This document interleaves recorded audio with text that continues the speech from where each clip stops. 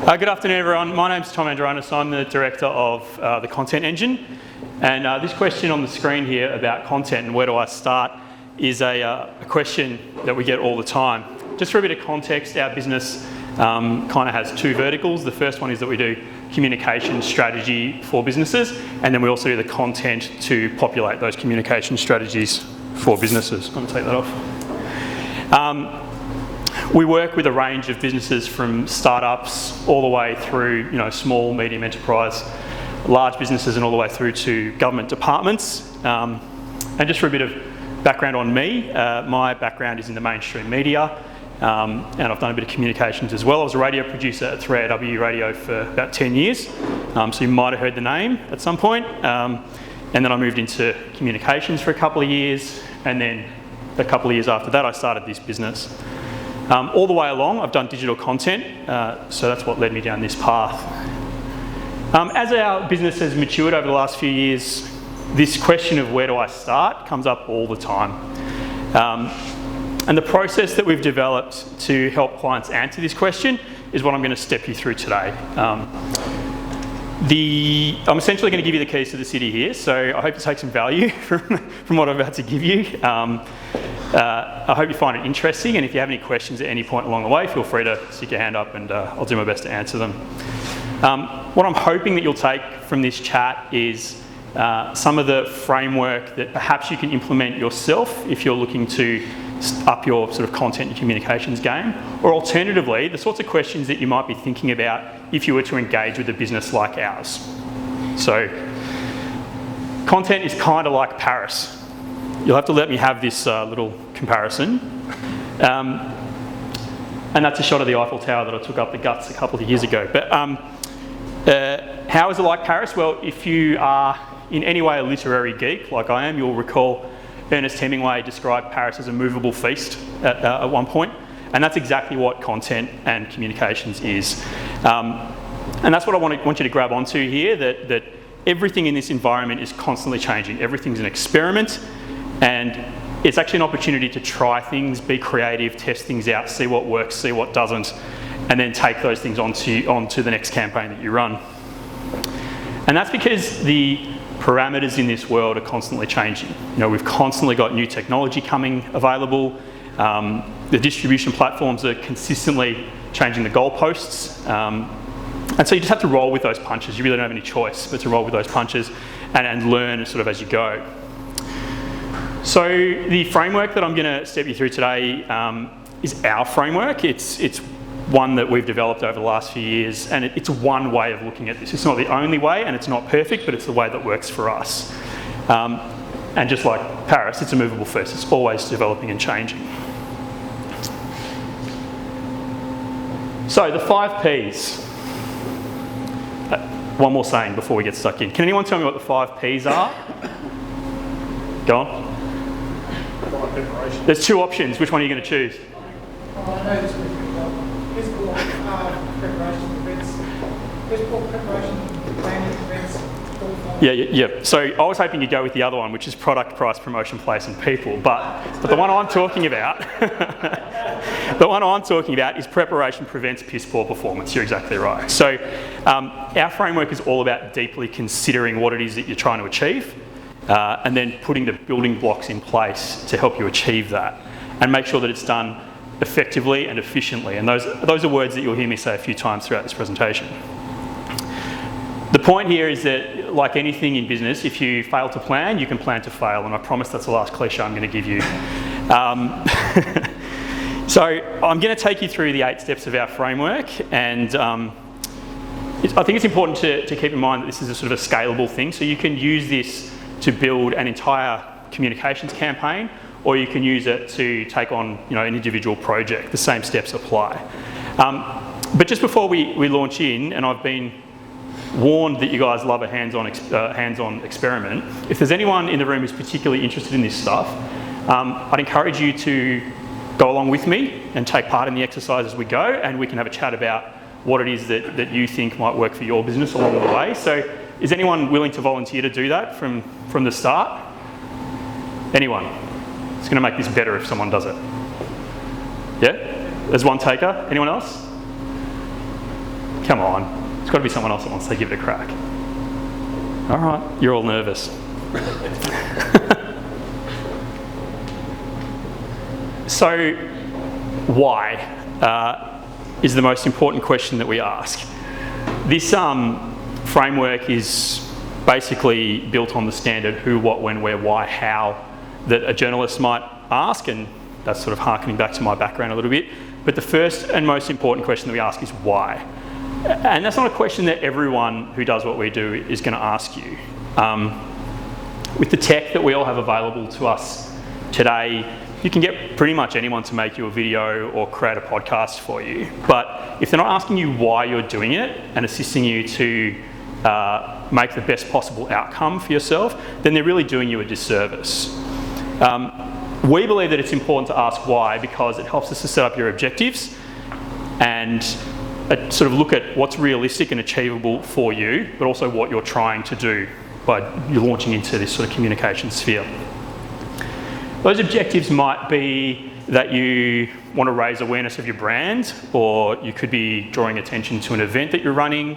It could be to try and get more face time with a relevant, sales lead, for example. You could be trying to directly increase sales inquiries. The list is long and varied, and you can have almost any sort of objective attached to it. But understanding what your objective is critical to understanding how you're going to implement your plan, and again, make it effective and efficient. So, to our one volunteer, and Wendy, you said that you might also take part. So, if you spend a few seconds now thinking about what you might like to achieve by engaging in a content or communications plan, jot down one or two ideas, and I'll come back to those in just a moment. So, as I mentioned, in a past life, I was a producer at radio station 3RW, and one day, former opposition leader Bill Shorten was in the studio with Neil Mitchell, and as you might expect, Neil had Bill pretty much on the ropes. And at one point, Bill said something that was so ridiculous and apparently strategically flawed that I was just gobsmacked. To be honest with you, I can't remember what he said, but I remember turning to a colleague who was much more senior in his career than I was at the time, and just saying, what on earth did he say that for? That was ridiculous. And my colleague replied, yes, that might have been an absolutely ridiculous blunder. But if it wasn't, think about who he might be trying to say that to. Maybe there's a very specific group of people that Bill knows is listening to this right now, and he's trying to get a message to them. And in that moment, I came to understand audience and why it's so important to understand who it is that you're talking to all the time. So when you're thinking about your audience for your communications or content campaign, you have to think not only widely but also very specifically. So your audience could include customer segments, referrers, internal team, shareholders, your board if you're big enough, members of your organisation if you're a member-based organisation, industry groups. It could even be the mainstream media. Again, the list of examples of target audiences and segments is almost endless. But of course, your specific targets will be much tighter depending on what it is that you do and what you're trying to achieve. It's also important to consider who the decision maker is. And what I mean by that is, for example, we have a client that provides outsourced payroll and HR services. And one of their target segments is the HR lead in a medium to large size business. But that person doesn't make the decision to engage our client or not. That client, that target, that segment essentially needs to become a referrer up the chain to a CEO or a CFO or an MD, whoever it is that's making that call. So keep in mind that whichever target segment you're looking at, you might also need to make a referrer of that target segment to go further up the chain. It's also, probably goes without saying, but you also need to think really closely about where it is that your targets are hanging out. What is it that they're consuming or listening to or watching? So, if you're a B2B business and you're targeting other business people, then pretty good chance that they're hanging out on LinkedIn. They might be reading the AFR. They are probably reading their industry press. They might be listening to the radio from time to time, 3AW, ABC, and they're probably constantly streaming podcasts, but might also be playing around on Instagram in their spare time. But if you're a B2C business and say you're targeting a mum and dad demographic, then that demographic is much more likely to be hanging out on Facebook and reading the Herald Sun and watching The Block. So knowing where these people are and what they're hanging out, where they're hanging out, is critical because along with your objectives, they'll determine your messaging and then your tactics and ultimately your content plan. So for those of you again who are following along, a couple of you, jot down who your one or two target sort of segments might be, and make sure that it's relevant to your objective, obviously. So when we think about what is it that we're going to say? There's sort of two questions that we need to consider. The first question is, what do we want them to hear? And in considering what we want our audience to hear, we need to consider our campaign objectives again, think about which specific audience segments that we're trying to target, and think about what it is that we want them to learn about us, but also what action we want them to take when they engage with our stuff. In particular, what's the first step in their customer journey, or the next step in their customer journey if you're not going after cold contacts? And all of those questions will go into forming a series of messages. Now, these can be specific or they can be thematic, but they'll guide our content production a little bit further down the track. The second question is, what do they want to hear from us? And that's by far the more important of the two questions, because it gets to the core of what it is that we're trying to do here, and that is to convey value. Why? Because to convince someone to do something that we want them to do, we have to add value to their life, right? So to get a little bit of insight as to what our audience might want to hear from us, we need to have a really solid look at what our unique value proposition is. What is it that we offer that nobody else offers? And that's where our value lies. So I often say to clients, I explain it to them this way: if I can find the information that you're trying to put out through a simple Google search, then it's not unique and it's not valuable. So try again, go back to the start. Again, so those of you who are playing along at home, why don't you pop down a couple of key messages that you think you want your audience to hear, but also a couple that they want to hear from you.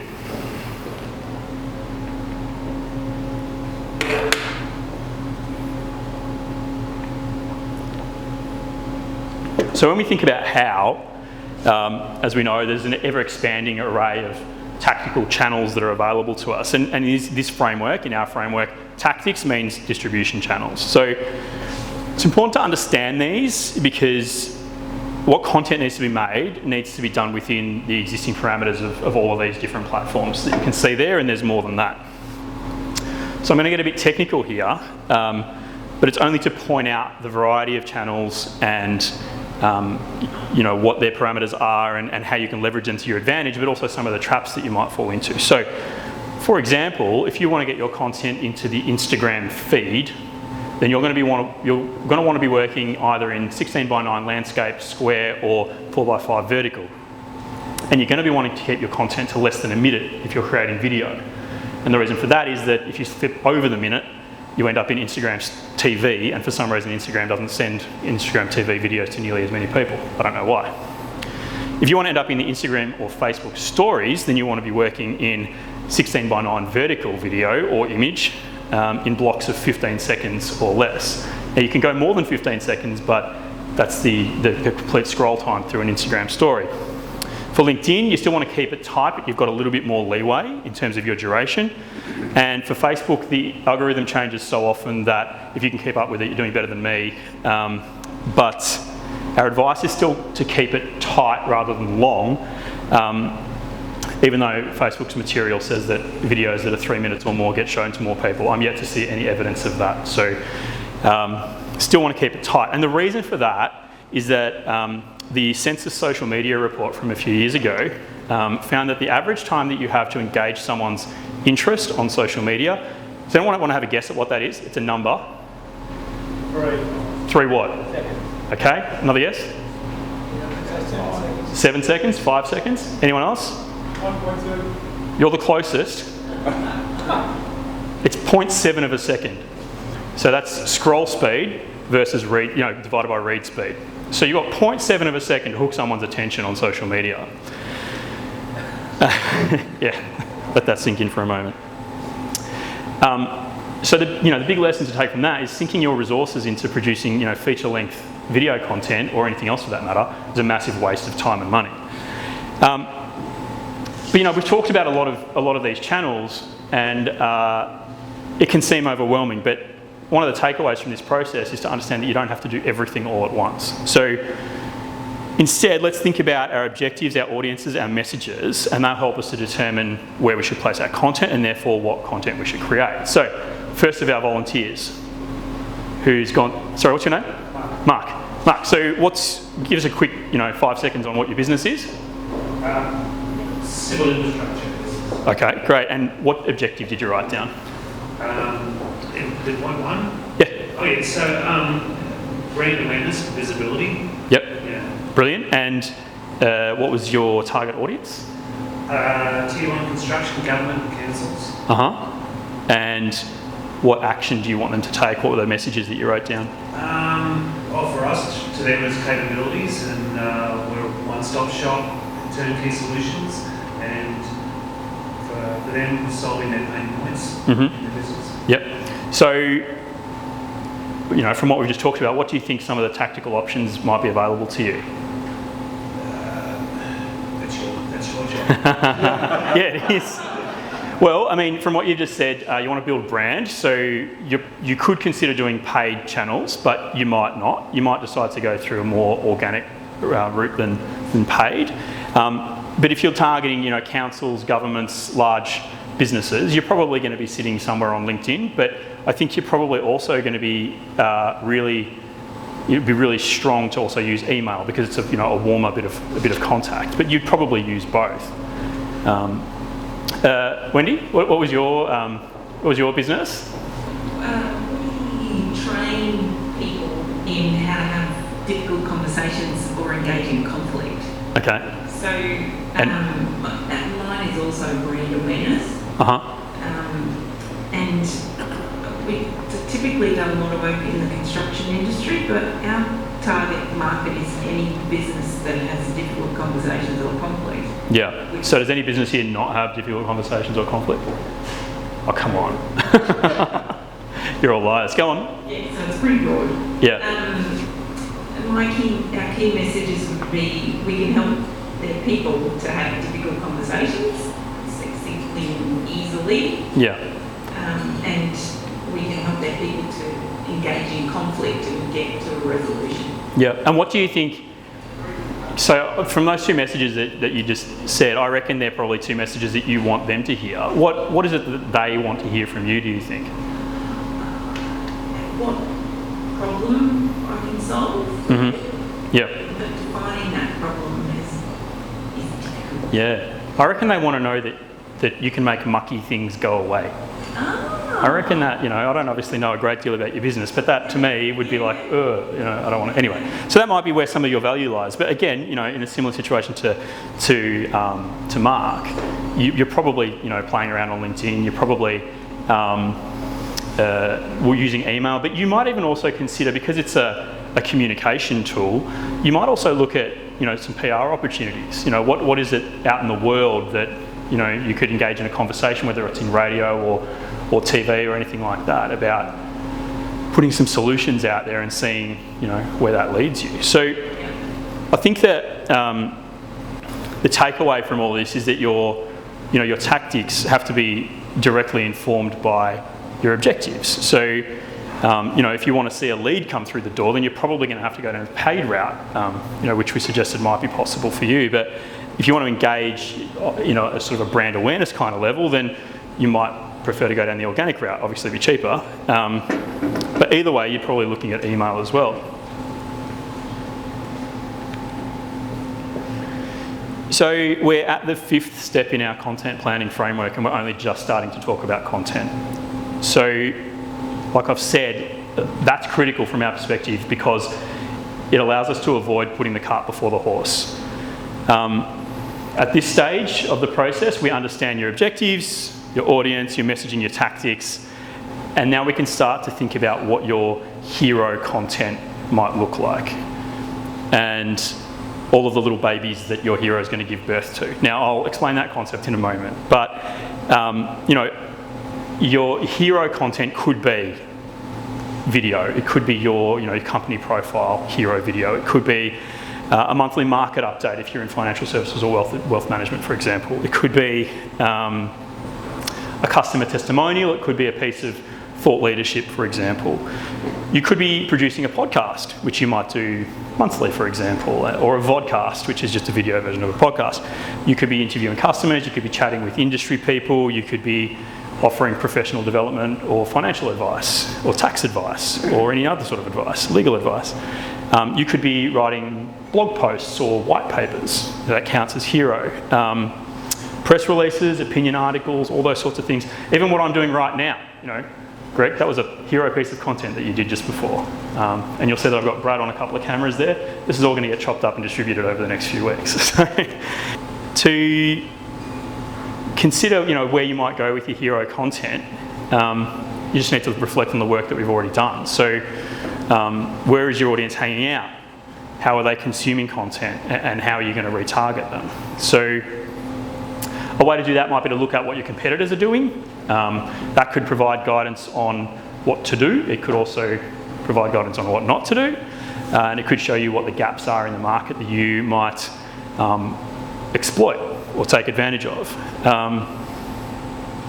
So again, our volunteers, thinking about everything that we've already talked about, what do you reckon a hero piece of content might be for your business, Mark? I'm actually not really sure. Yeah? Remind me who your target demos were. So mine are utilities, tier 1 construction, governments, councils. Yeah. Mm-hmm. And if we think about where they're hanging out, what they're consuming, what do you reckon they're consuming, these people? Just what do you mean by consuming?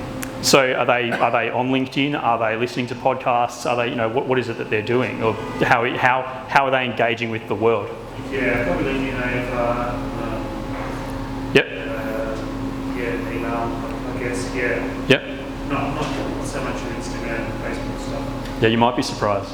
Well, yeah. So you might be, perhaps given that you are in construction, you said, that's probably a very visual kind of place to be. So maybe you would be out there producing, say, a monthly video update of your major projects. If you've got, 1, 2, 3, 4 major projects, you might be producing something monthly and then, putting those out into the world.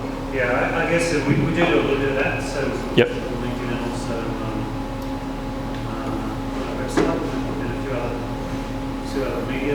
But I was interested in the podcast stuff as well. Maybe some YouTube clip stuff.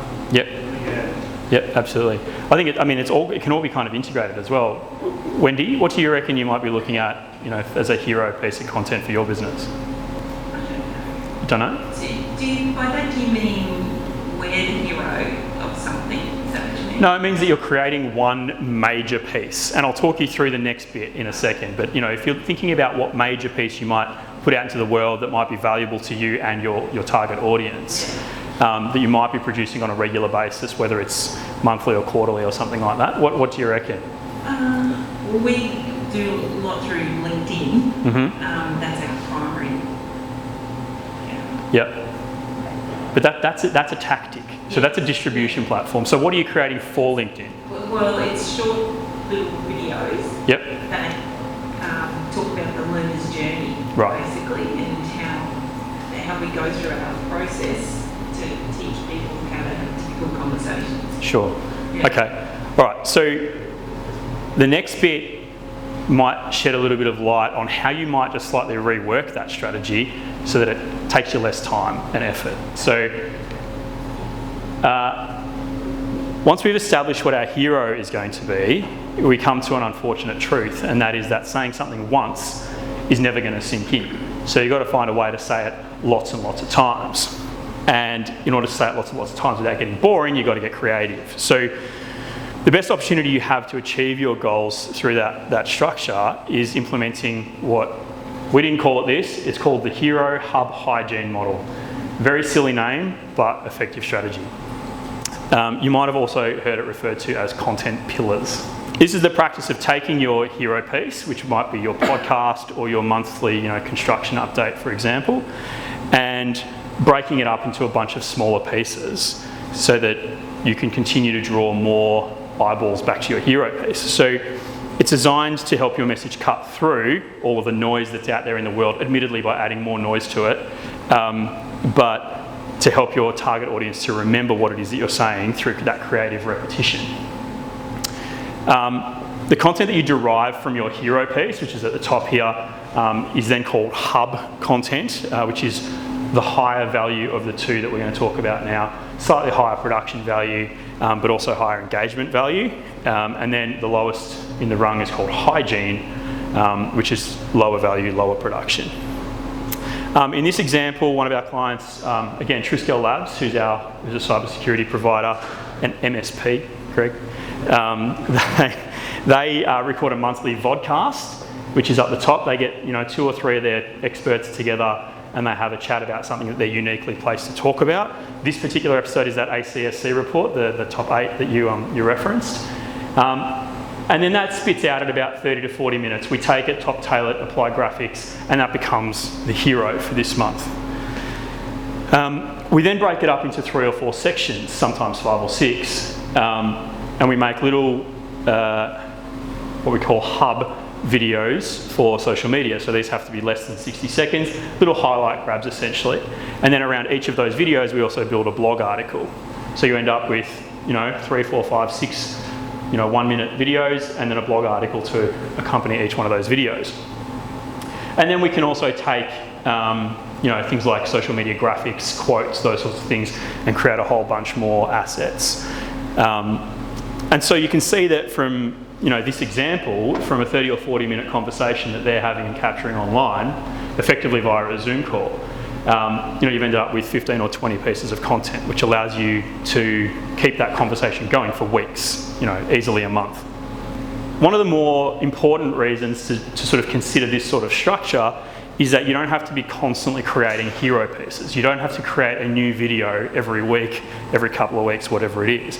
You can do it monthly or quarterly, or even less than that, depending on what it is that you're trying to achieve. But you can create periodic hero content and then build the rest of your campaign around getting people to consume it. So here's another example. This one's actually from last week. Our client, the Atlantic Australian Chamber of Commerce and Industry, announced that they were they do an annual awards ceremony. This year they couldn't do it in person, so they had to do it online. So we created an 8-minute hero video for them, but then we broke that hero video down into 8 1-minute announcement videos for each of the award winners. And the last step, actually we finished the framework now, but it might seem overwhelming. I hope that it's helped you to understand a little bit about how we put these things together for clients. But obviously, I think you mentioned it earlier, resourcing. The elephant in the room is budget in terms of time and money. So it's something, again, that you have to be realistic about at the outset. Are you going to do this all yourself? Are you going to engage someone from outside? If either of those, what's it going to cost you, either in time, money, or opportunity cost as well? So the beauty, though, of this framework is that it's entirely scalable. You can do it yourself if you want to. If you want to produce your podcast on Zoom or make your videos on your iPhone, you can. You can do all of that yourself, absolutely. But it can also be scaled, to your SMEs or your larger businesses, government departments, by engaging, with a business like ours, for example, or other ones that are out there. There's countless of them now. And then all the way through to your biggest businesses in the world who are engaging with massive marketing and comms agencies. I think, though, that one of the major takeaways is that if you're not out there doing this sort of stuff, then you're missing out on a massive opportunity to talk directly to your target audience, most importantly on your terms, and all of the potential growth that comes along with that. So that's it. That's how you build a content campaign. Anyone got any questions, or are we out of time? No. Yeah? Anyone has any questions? Happy to play. No? I understand why, but you, most of your examples seem to be heavy on video. Yep. I'm interested in other options. Yep. Can you give us me some ideas of other hero content you could acquire? Yeah, well, you might write a white paper, for example. White paper. You know, on I don't know, you might write an article for IT news on your experience of being hacked, you know, and what it did to your business, for example. And that then becomes a hero that you can then derive a bunch of other content from. You know, it's a written piece of content, so you can do things like what we showed you before in terms of screenshotting it and using it, distributing it that way. But you can also then, you know, once you've written your article or your white paper, you can talk to it. So you can invert the process where your hero is actually a written piece, but then your hub and hygiene might be video content where you talk to your hero. And my follow-up question is then, so you have those as options, how do you decide which one? Say you've got a hero video, you could do a hero white paper, a hero, I don't know, PR. Yep. How would you decide? Where's your audience hanging out? Sorry? Where's your audience hanging out? Got it. Yeah, Okay. that's how you decide. Yeah, absolutely. Anyone else got any questions? How do you work that out? How do you work out where are you people hanging out? Yeah, largely, sorry, you stalk them. Yeah, well, you kind of do, yeah. A lot of those questions can be answered demographically. You know, you can make some assumptions based on age, gender, location, all that sort of stuff. But you can also just ask them, you know, like you know your customers, right? So who are they and what do they do and what do they consume? So what sort of business are you in? Much like that client you mentioned at the start, we do outsource HR, Yep. outsource payroll. Yep. We all hang out there. Hey? These are the sort of, you know, it's anyone with big companies, it's going to be HR, it's going to be Yep. heads of business, and as it gets smaller, the HR drops off as there's smaller business. Yeah. So it's going to be Becomes payroll. chairs, directors. Founders, that sort of stuff. Absolutely. Well, if it's people like the people in this room, ask them. You know, you're here at a business network. You know, like use the opportunity that's in front of you. Absolutely, ask. You know, ask what it is that you're consuming. So go ahead, Mark. Yeah, I was just, I say to all my staff at work about this motto every time we have meetings or about what tradies, toolbox of meetings, Yeah. we say, who do you know? So, for instance, in this room, probably 1% of this room give a damn about my business because it's pretty boring. So, but I think it's really interesting, Mark. But you can be standing anywhere in a restaurant or a bar or in a room like this, and Jamie, for instance, says, you know, Joe, I'm in civil infrastructure. Well, even though we use Jamie's services, but you know, he would never be one of my clients. But you know, his sister may be the facilities manager. Yeah, exactly. At a group or a lend lease or something. Yeah. You know, so it's a matter of communication. You know, Yeah. And even though you think you're pitching to nobody, you actually may be pitching to somebody. Yeah, exactly right. And that's that referrer segment that I was talking about. You know, maybe they're not directly going to buy from you ever, but you know, who do they know that might? Yeah. Yeah. Sorry, go ahead. Yeah, hi, Pascal. So I'm the CEO of a small biotech company, so quite sort of specialised area. I should have volunteered for your offer to follow the questions because actually our example fits into this quite well, but I'm not sure where you were going. And I generally don't like all that. So I've been through this process. I have to confess, I'm a social media skeptic. Okay? Right. I remember when Facebook first started.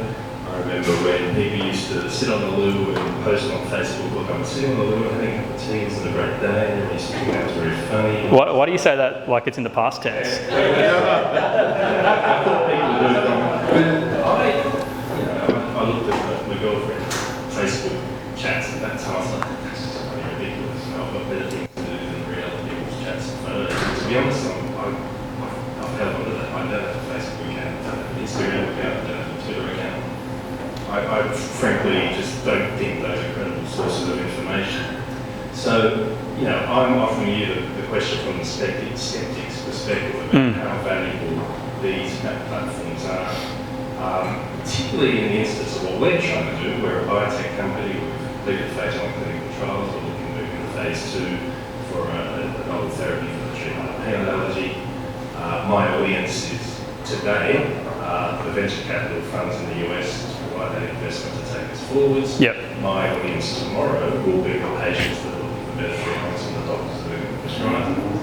I can't believe any of the decision makers in those big VCs are going to sit there and read Facebook and think, oh, well, I'm impressed by this, I'm going to invest in it. So, I remain to be convinced that the effort is worth it for something like this, and I appreciate we are quite a specialised situation.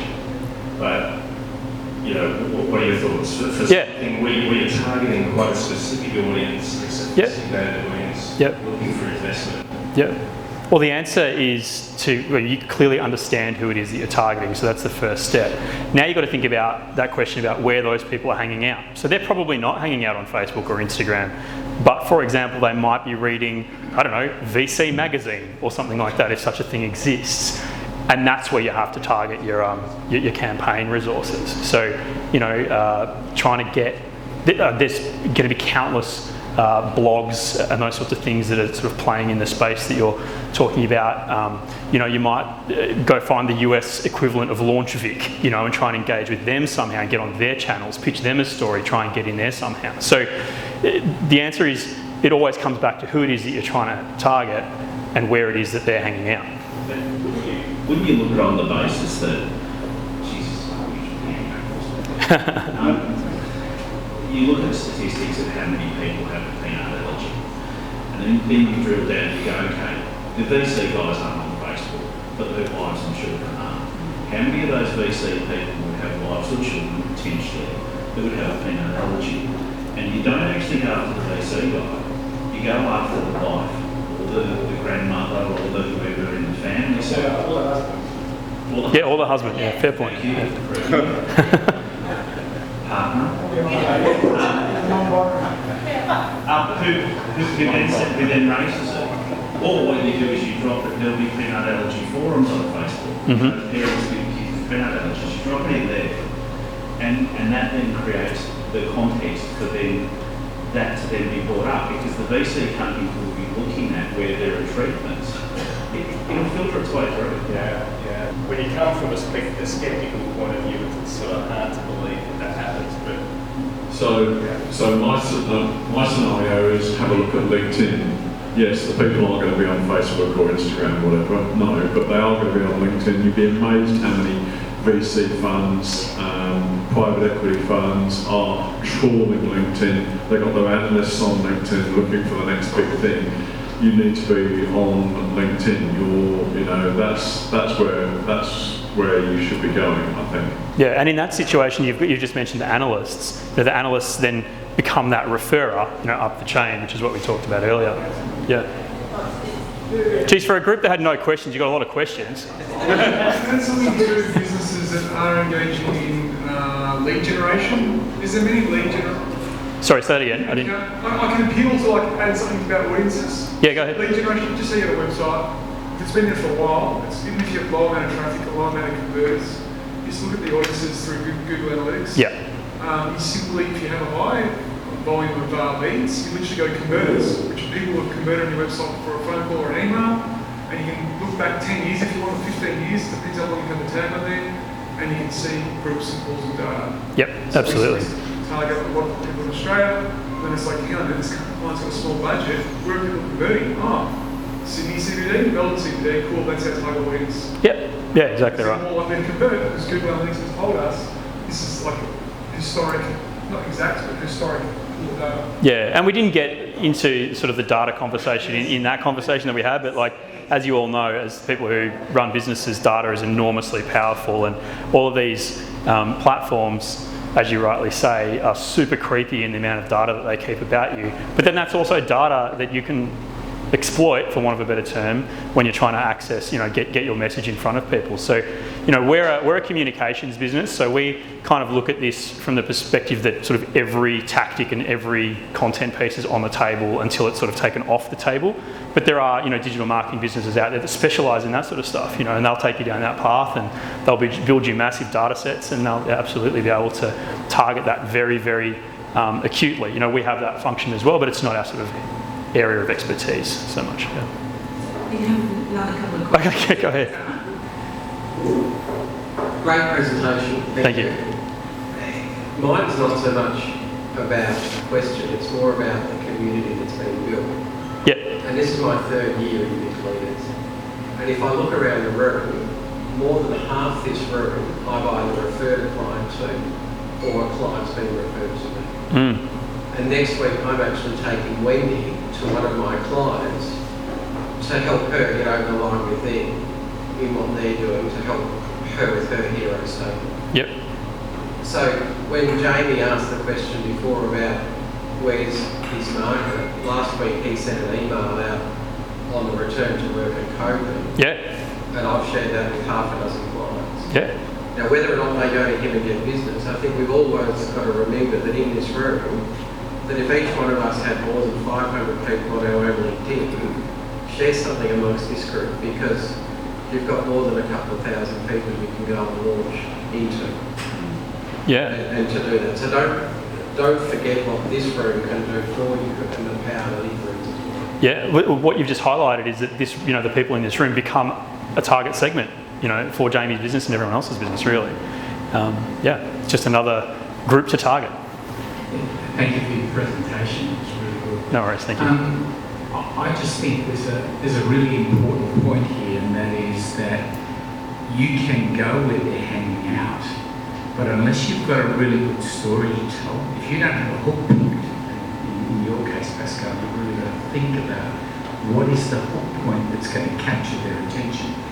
What did you say, 0.7 of a second? Yeah, 0.7 a Is second. what you've got? Yeah. If the next 10 seconds aren't great, you're probably not going to keep them for very long. Yeah. So really think about, Mark, this probably applies to you too. If you want to reach these people, what's the real hook point? What's something that hasn't been said to them before? How are you going to reach them or stop them in their tracks? And usually it's a question around pain point. What's their biggest pain point? If you ask a question that stops them, you might well be able to hook them in. Because otherwise you get into a sea of sameness where everybody on LinkedIn is doing the same thing.